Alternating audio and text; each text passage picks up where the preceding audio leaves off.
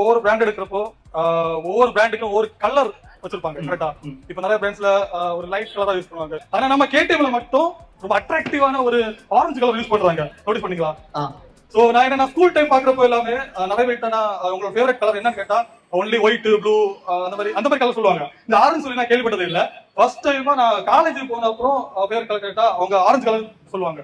So அந்த orange கலருக்கு இதுல ஒரு ஹிஸ்டரி இருக்குன்னு சொன்னாங்க. சோ அது என்னன்னு தெரியுமா? ஹிஸ்டரி கிடையாது, ஒண்ணு இல்ல, சிம்பிள் தான் ப்ரோ. அந்த என்னன்னா அந்த சொன்னல அந்த 1937 என்ன பண்றாங்கன்னா அந்த R100 சொல்லிட்டு ஒரு மாடல் லான்ச் பண்றாங்க 1934ல 37ல. அப்போ அந்த லான்ச் ஆகி கொஞ்சம் சக்சஸ்ஃபுல்லா ரன் ஆயிட்டு இருக்கு. அவங்களுக்கு வந்துட்டு ரேசிங் போறதுக்கு இன்வால்வ் ஆகுறாங்க. சோ ரேசிங் போற டைம்ல என்னன்னா ஒவ்வொரு பிராண்டுக்கு ஒவ்வொரு கலர் கொடுத்துருப்பாங்க. சரிங்களா? அந்த கலர் பேஸ் பண்ணி தான் இந்த வண்டி வருதுங்கிறதே அந்த கலர் பேஸ் பண்ணி தான் இந்த பிராண்டுங்கிறதே ஃபைன் பண்ணுவாங்க. சோ அந்த பிராண்டை ஃபைன் பண்றதுக்கு என்ன பண்ணுவாங்கன்னா நமக்கு அதே மாதிரி இப்ப கேடிஎம் வண்டி உள்ள போகுதுன்னா என்ன கலர்னு யாருக்குமே தெரியாது. சோ அதை ஏதாச்சும் ஒண்ணு அட்ராக்டிவா இது பண்ணு சொல்லும்போது அவங்க கண்ணுக்கு ஆரஞ்சு பட்டிருக்கு. சோ இன்னொரு ரீசன் என்னன்னா அந்த மேட்டிகோப்னு சொல்லிட்டு ஊர் சொன்னோம்ல, அந்த ஊர் ஃபுல்லாவே செம்மண் ஏரியான்னு சொல்லுவாங்க.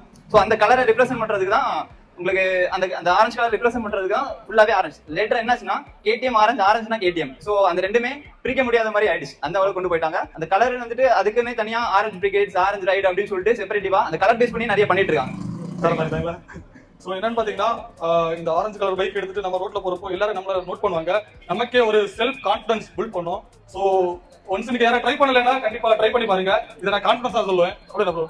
ஆமா, எல்லா சொல்லும் கரெக்டா மட்டும் போலீஸ்